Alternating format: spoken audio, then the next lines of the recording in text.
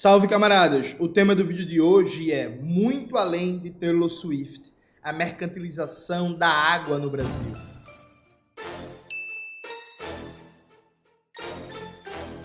Nos últimos dias, a gente viu um debate muito grande sobre a mercantilização da água, né? No show da cantora Taylor Swift, no momento que o Brasil enfrentou as maiores ondas de calor dos últimos tempos, né? A produção do show negou, proibiu entrada com água no show. Acabou que mais de 1.000 pessoas passaram mal porque tem uma sensação térmica no espaço do show de mais de 60 graus, e uma jovem, a Ana Clara, infelizmente acabou falecendo, né? E aí se abriu um debate sobre a questão da água, né? Sobre a proibição da entrada de água e sobre como em espaços como o show a galera joga o preço da água lá para cima. Aí a Anitta entrou no debate falando que o governo tem que garantir água, aí criticaram a Anitta porque no bloco dela a água custa R$ 10, e no show da Taylor Swift, segundo relatos da internet, chegou um momento que subiram o preço da água e por aí vai, enfim. E aí, gente, vamos aproveitar esse momento para fazer um debate aqui importantíssimo. Veja, a gente pode e deve debater a mercantilização da água no Brasil, entendendo que há um problema de fundo aqui. E aí, desculpe, gente, comunista, todo o problema é o capitalismo, o problema é que é a lógica do lucro, mas infelizmente é isso. Veja, saiu uma reportagem da agência pública repercutida por vários meios de esquerda. Eu, inclusive, fiz um vídeo aqui no meu canal mostrando que só os dados das outorgas federais, veja, só as federais, isso não pega os dados estaduais, mostram que 50 empresas têm o direito de uso, consumo de água equivalente ao consumo doméstico de mais de 90 milhões de brasileiros. Então, a empresa que é líder de outorgas federais, a Suzano, que é empresária de celulose, de papel, ela tem direito ao uso de águas a partir de outorgas federais, que é suficiente para abastecer Rio de Janeiro, Recife ou Manaus, percebe? Então, uma empresa tem o direito de uso de água equivalente ao consumo doméstico de mais de 1 milhão de pessoas, que é a população de Recife. Então, a água no Brasil, ela é uma mercadoria, como tudo no capitalismo está sujeito a uma lógica de lucro, a uma lógica em que a busca pelo lucro é o guia máximo e supremo de tudo. Toda empresa diz que tem uma missão social, diz que se preocupa com o meio ambiente, se preocupa com representatividade, não sei o quê, mas isso é tudo blá, blá, blá, chaveco, mentira. A empresa se preocupa com lucro, ponto. Foda-se. Se o lucro vier a partir de um consumo desmedido de água que vai colocar em risco os rios, nossos lençóis freáticos, nossos aquíferos e por aí vai, isso vai ser feito, as empresas vão buscar fazer isso. Aí depois ela é multada, e aí o negócio fica na justiça, e aí demora 10, 15, 20 anos para ser julgado, e quando é julgado, se a empresa é condenada, ela não paga indenização, aí recorre, tem 3 graus de jurisdição, e vai para lá, e vai para cá, e aí se a multa realmente vier, ela pede recuperação judicial, e aí fecha aquela empresa e abre outra, e com os mesmos sócios, e ninguém é punido, e por aí vai, percebe? Então acho que o primeiro nível é a gente pensar que não há um controle público e planejado do uso da água. E o exemplo maior disso, gente, é que nessa reportagem da agência pública tem uma tabela mostrando quais são os setores que mais usam água, né? Coloca na tela, Maxwell, por favor, essa tabela.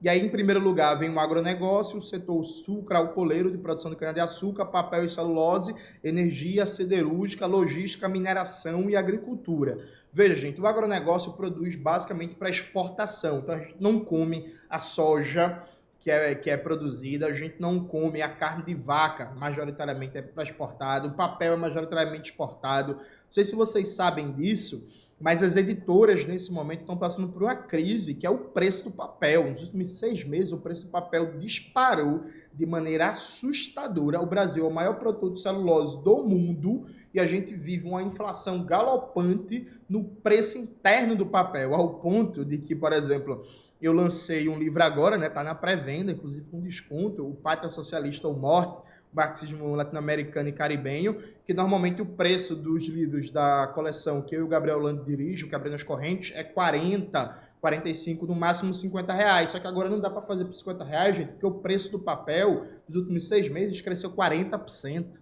né? Então a gente é o maior produtor do mundo de celulose e está exportando para um caralho. Então veja, você tem uma decisão que é uma decisão que não atende aos interesses do povo brasileiro, que é usar água em demasia, basicamente para produzir commodities, matérias-primas para o mercado mundial, para exportação, em que esses exportadores não têm custos nenhum, nem custo tributário, nenhuma responsabilidade ambiental, nem nada por estar consumindo de maneira desmedida a água brasileira e provocando vários efeitos ambientais.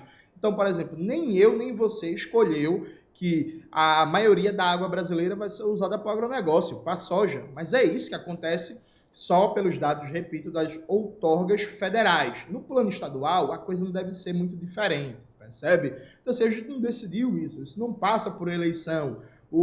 Nenhum governo estadual, nenhum governo federal enfrenta esse debate. Não há, inclusive, na prática, um debate real e concreto sobre a água como um bem, um recurso estratégico para a coletividade do povo brasileiro, da classe trabalhadora desse país e para a soberania nacional. Então isso fica a bel prazer da dinâmica do capitalismo, da dinâmica de produção de lucro, tá ligado? Então, tipo, você tem em todos os níveis um processo de que quem é empresário, quem é latifundiário, quem é minerador, quem é um barão da soja, da pecuária, consegue se apropriar tranquilamente. E aí todo mundo, por exemplo, que mora em cidades pequenas e médias, conhece alguma história de algum rio, de alguma nascente, de algum manancial que simplesmente o empresário, o latifundiário se apropriou, cercou, disse que é dele e foda-se. E não aconteceu nada, tá ligado?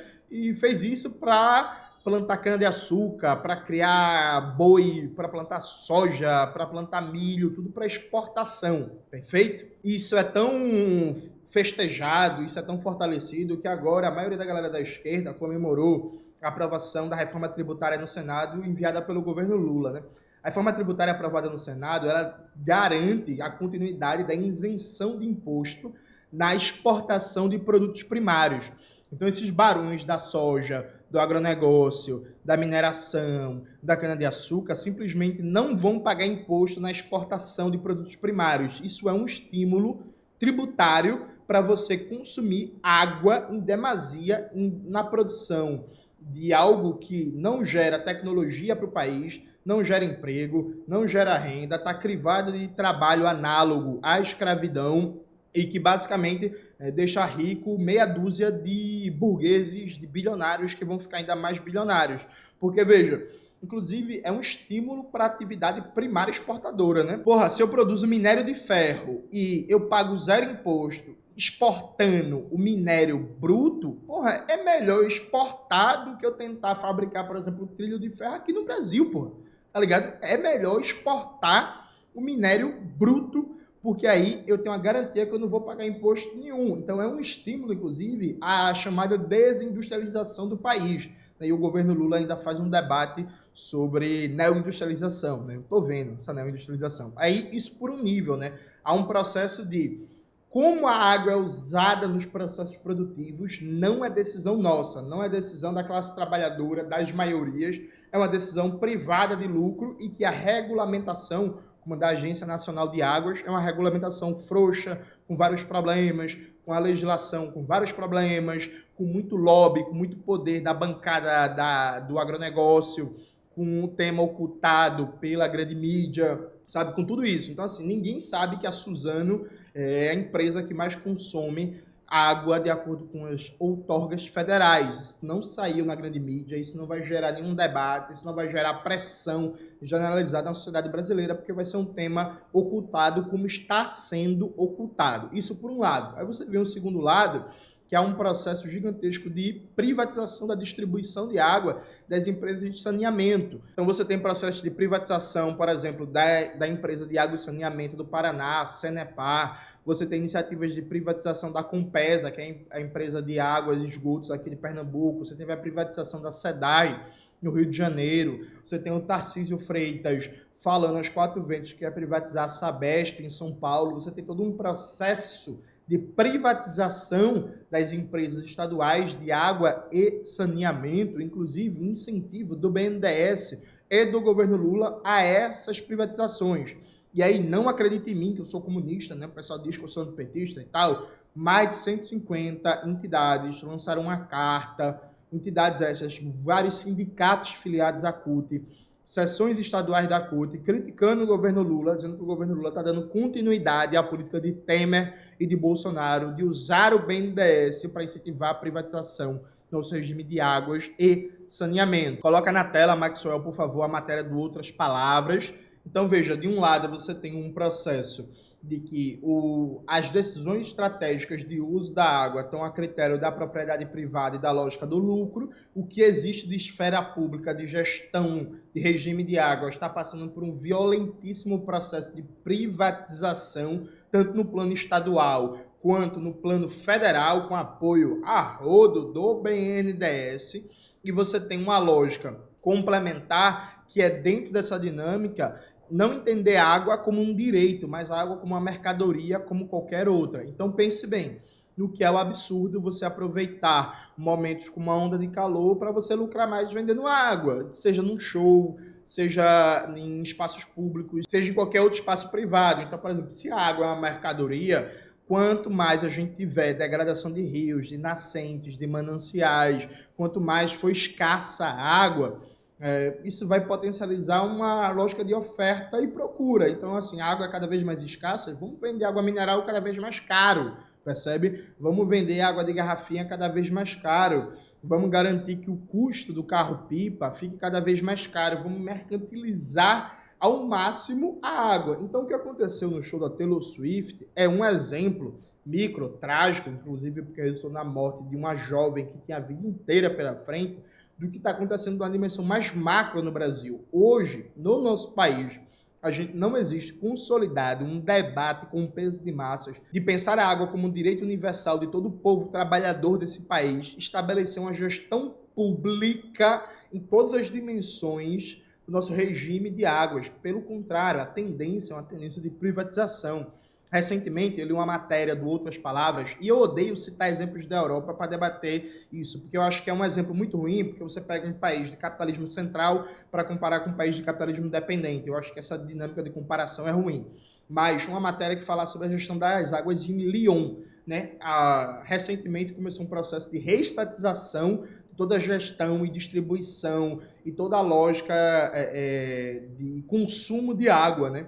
A partir de um critério de que a água é um bem estratégico, escasso, que é fundamental para a dignidade humana como direito humano, e que há uma tendência global de que, na dinâmica capitalista, a água ser uma commodity, ser um ativo cada vez mais disputado. Então a gente tem que estabelecer uma gestão pública e proteger aqui a dinâmica nacional do nosso regime de águas.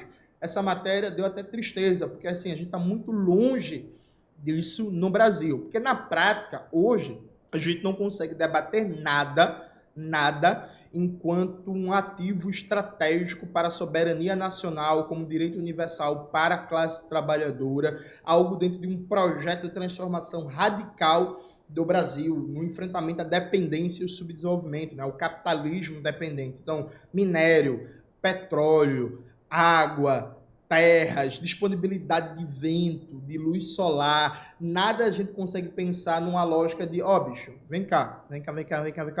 A gente tem terras férteis, a gente tem sol abundante, a gente tem água, e não, velho. A dinâmica aqui, a prioridade da gente não é produzir soja para engordar meia dúzia de exportadores que são bilionários e não gera emprego, e não gera renda, e provoca destruição ambiental, e provoca ataque aos povos indígenas, quilombolas, os camponeses. Não é isso. A gente vai fazer um outro debate aqui sobre como a gente vai usar a água, sobre como a gente vai usar a terra, a disponibilidade de luz solar, sobre como a gente vai usar nossos recursos naturais dentro de uma dinâmica de planejamento, onde o uso de recursos naturais vai obedecer a uma lógica de preservação máxima e mudar a relação ser humano-natureza numa lógica de não só de conservação, como de restauração de tudo que foi destruído e pensando estrategicamente, estrategicamente. Então, é isso.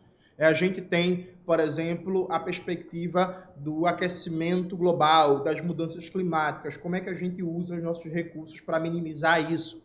A gente tem que enriquecer A gente tem que fazer, por exemplo, uma radical reforma urbana que acabe com a moradia precária ou a falta de casa para milhões de brasileiros. Como é que a gente vai fazer isso causando o mínimo de impacto ambiental? Como é que a gente vai fazer isso recuperando rios? Como é que a gente vai fazer isso garantindo uma arborização dos ambientes urbanos? Como é que a gente vai fazer isso protegendo mananciais? Como é que a gente vai fazer isso tratando o esgoto? Como é que a gente vai fazer com que os rios urbanos do Brasil deixem de ser grandes depósitos de esgoto por uma falta de um tratamento adequado de saneamento, sabe? Esse debate, infelizmente, não está colocado. E veja, é uma tragédia para o país, é uma tragédia para a classe trabalhadora. A gente está vendo o que está acontecendo em Manaus, né? Isso, tipo assim, um aquecimento global, as mudanças climáticas, os desastres climáticos, não são coisas do futuro, para daqui a 10, 15 anos. São coisas que estão acontecendo agora, já. E o Brasil é a bola da vez. O Brasil é a bola da vez nas disputas globais pela água. Tem cada vez mais monopólios estrangeiros dos Estados Unidos, da União Europeia, querendo se apropriar de terras brasileiras.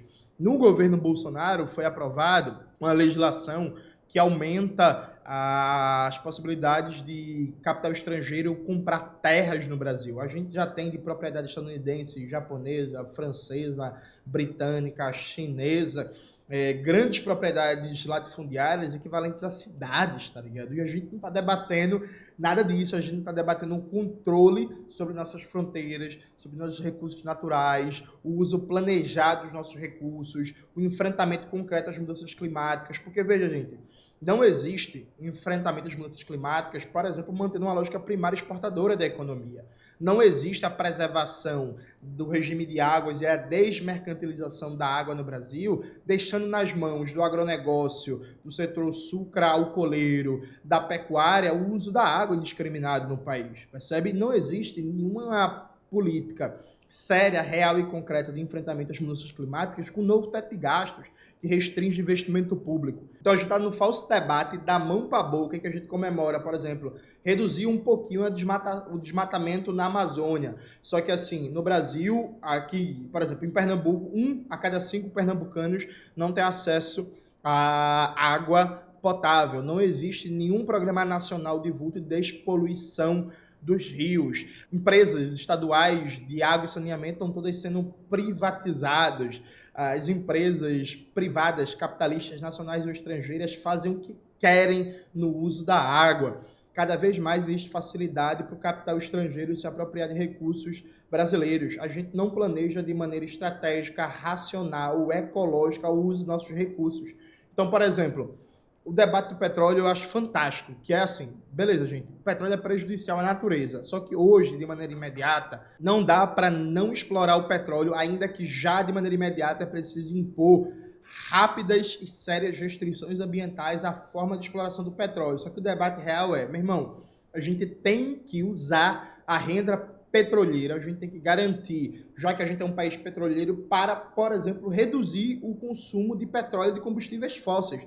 Então, porra, a gente tem uma Petrobras, a gente tem um pré-sal, a gente é um dos países que mais produz petróleo no mundo, só que esse dinheiro, essa riqueza, não é revertida na produção de ciência e tecnologia que garantam a revolução em novas fontes de energia e a redução da dependência do carro e do ônibus, cortando o país de norte a sul com preocupação ambiental, com sistema de transporte ferroviário, com trens de alta velocidade, com um sistema de navegação, né, transporte por navegação, com despoluição de rios e tal. Tipo assim, do ponto de vista da infraestrutura do país, do ponto de vista do Sistema Nacional de Ciência e Tecnologia, esse dinheiro do petróleo basicamente não está sendo usado para nada disso, está sendo usado para engordar acionista privado, nacional e estrangeiro da Petrobras. Né? A Petrobras continua no papel de vaca leiteira do mercado privado.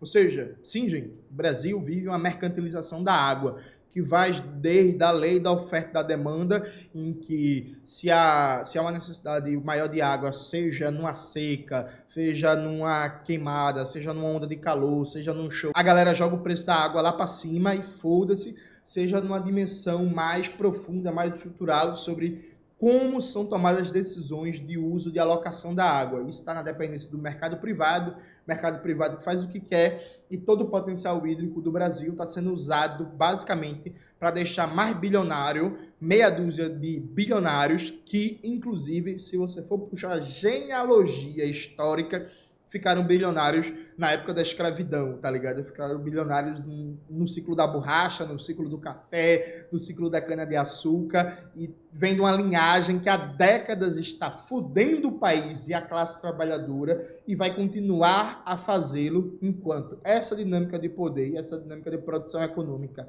pautada pelo lucro for a dominante. É isso, galera. Espero que vocês tenham gostado do vídeo de hoje do canal. Não se esqueça de se inscrever no canal, ativar o sininho, curtir esse vídeo, compartilhar e tudo isso que vocês já sabem.